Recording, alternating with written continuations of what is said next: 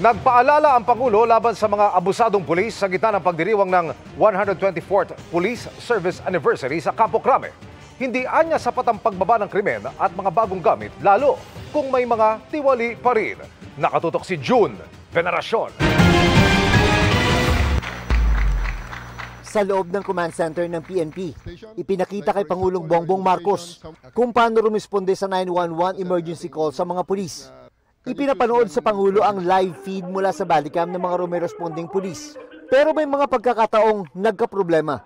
Nako, Diyos may, ito ang problema natin, sir. Mabilis ang internet, mabilis ang pulis, mabagal ang internet.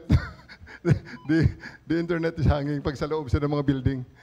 Sa kabila ng mga hamon, ipinagmalaki ni Torre na 94% ng tawag sa 911 na nangailangan ng police assistance mula nang maging PNP chief siya ay narespondihan sa loob lang ng 5 minuto. 5 minutes, just a relatively small window of time. But 5 minutes can mean the difference between safety and danger, even between life and death. Bagaman pinuri ng Pangulo ang emergency response, dapat hindi aniya kalimutan na may ilang tiwaling maituturing na banta sa seguridad. Ahanin pa ang pinakamodernong kagamitan kung may ilang pulis pa rin ang umaabuso sa kapangyarihan. Inuulit ko, walang lugar ang katiwalian sa ating kapulisan. Sa datos ng PNP, bumaba ng 7.75% ang crime incidents mula August 2024 hanggang June 2025 kumpara sa nakalipas na panahon.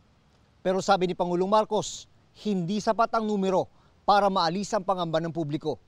May you always be reminded that the true measure of your effectiveness is how safe and empowered our people feel under your watch and the trust that they place in the badge that you wear.